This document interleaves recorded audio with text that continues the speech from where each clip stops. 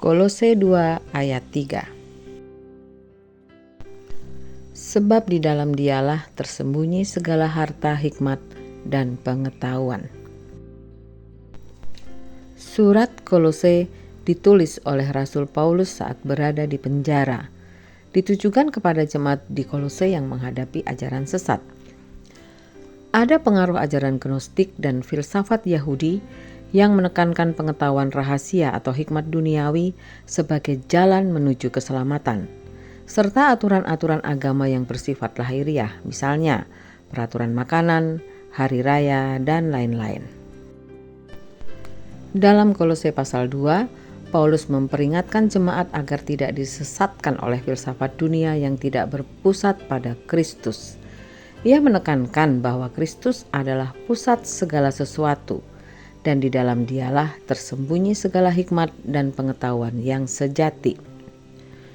Ajaran ini menegaskan supremasi Kristus di atas semua hikmat duniawi dan pengajaran yang menyesatkan.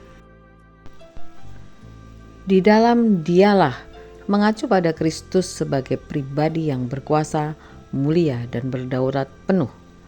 Hanya dalam Kristus segala rahasia rohani dan hikmat Tuhan dinyatakan. Tersembunyi segala harta hikmat dan pengetahuan. Ini berarti bahwa hikmat dan pengetahuan yang sejati tidak ditemukan dalam filsafat atau ajaran dunia, melainkan dalam Yesus Kristus. Ia adalah sumber kebenaran, keselamatan, dan kehidupan rohani. Segala yang dibutuhkan untuk hidup beriman dan memahami rencana Allah ada di dalam Kristus. Paulus menyatakan bahwa tidak ada hikmat atau pengetahuan yang lebih tinggi daripada Kristus. Ia memperingatkan jemaat Kolose agar tidak tergoda untuk mencari kebenaran di luar Kristus, seperti yang diajarkan oleh Gnostik yang mengklaim memiliki pengetahuan rahasia. Ayat ini sangat relevan dalam menghadapi tantangan zaman modern yang penuh dengan berbagai filosofi dan ajaran yang mencoba menyingkirkan atau meremehkan Kristus. Di dunia yang terobsesi dengan pengetahuan ilmiah, filsafat, dan teknologi, penting bagi orang Kristen untuk memahami bahwa hikmat dan pengetahuan yang sejati berasal dari hubungan dengan Kristus.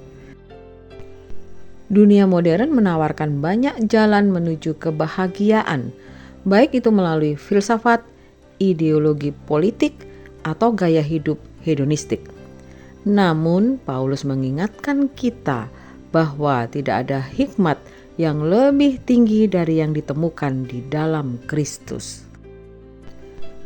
Kita dipanggil untuk terus belajar dan mendalami pengajarannya melalui Alkitab dan kehidupan doa. Sebab semakin kita mengenal Kristus, semakin kita memahami hikmat Tuhan yang tersembunyi di dalam Dia. Di tengah segala informasi dan pengajaran yang kita terima, kebenaran sejati hanya ditemukan dalam Yesus Kristus.